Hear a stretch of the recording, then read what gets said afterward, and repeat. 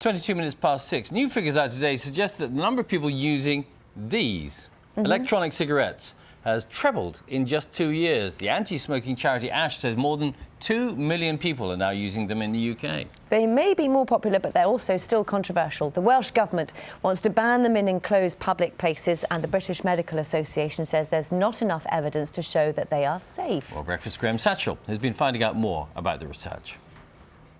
They're vaping, not smoking, and they're not alone. New figures today show the number of people using e-cigarettes in the UK has trebled in 2 years to 2.1 million. I smoked for years, and this is potentially better for you, I guess. You know, you haven't got any tar. When you are smoking an e-cig, you just get nicotine and nothing else. Despite the enthusiasm here, the British Medical Association and the World Health Organization have recommended banning e-cigarettes in public places. They say there isn't enough evidence that they're safe or effective.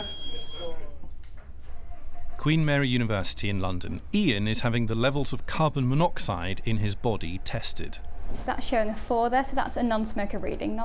Ian now uses an e-cigarette. It works by heating liquid nicotine into a vapour, which is then inhaled. The test is overseen by Professor Peter Hayek. Many people out there think that nicotine itself is a dangerous poison, but if nicotine is taken without the accompanying toxicants, then the health effects would be very similar to drinking coffee. So that's a 4, so that's the exact same reading as before the e-cigarette. So e-cigarettes contain no discernible toxins or carbon monoxide. The final test, what reading will Ian get after having a normal cigarette? So you've got a 10 there, so that's officially a smoker reading. Experts say e-cigarettes are orders of magnitude safer than normal cigarettes, but do they work? Professor Robert West is one of the country's leading addiction experts. He studied 5,000 people who were using different methods to try and stop smoking: patches, gum, e-cigarettes and nothing. His results are published next month. What we found was that those who were using the e-cigarettes were about 60% more likely still not to be smoking than those who used either the licensed product or nothing at all. Despite that evidence, serious concerns remain. Does the marketing of e-cigarettes make them attractive to children? One study last year found 12% of 14 to 17-year-olds had tried them. We already have data which can actually check this worry. If a child tries a conventional cigarette, there's a 50% chance that they will become daily users.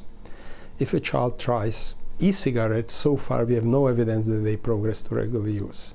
There are other worries. The Welsh Government says e-cigarettes glamorise and will re-normalise smoking. They've proposed a ban in enclosed public places. No question that someone, looking at someone using that and thinking they're smoking. So you've got to think, well, OK, so it's not dangerous to be near someone who's using an electronic cigarette. There's really no evidence and actually very little reason to believe that it's going to re-normalise smoking.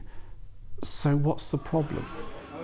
The problem in the end may simply be the word e-cigarette, the vapour that looks like smoke, a sense that they just don't feel right. I can understand people wanting to be cautious, but if we fail to take this opportunity that electronic cigarettes potentially are providing, then we're really condemning people to death who would otherwise have lived. That's what's at stake. Nonetheless, regulators are clamping down on e-cigarettes. Concerns remain about safety, efficacy and limited regulation.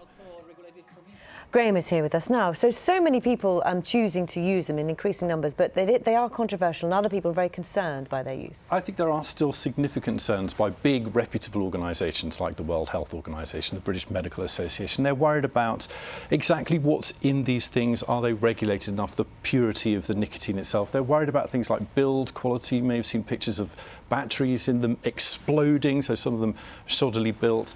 There are still serious concerns about whether they're being marketed at children, so bright colours, sweet flavours, are they being targeted, made attractive to children?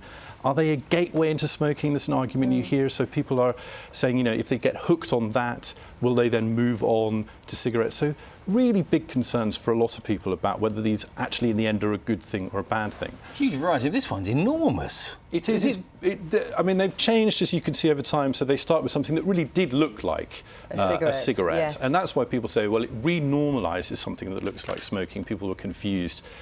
So the scientists saying, you know, amongst many other things, that's one of the things that's hard, the argument harder to make now, because if you see someone using a really big one like that, it doesn't look anything like smoking, frankly.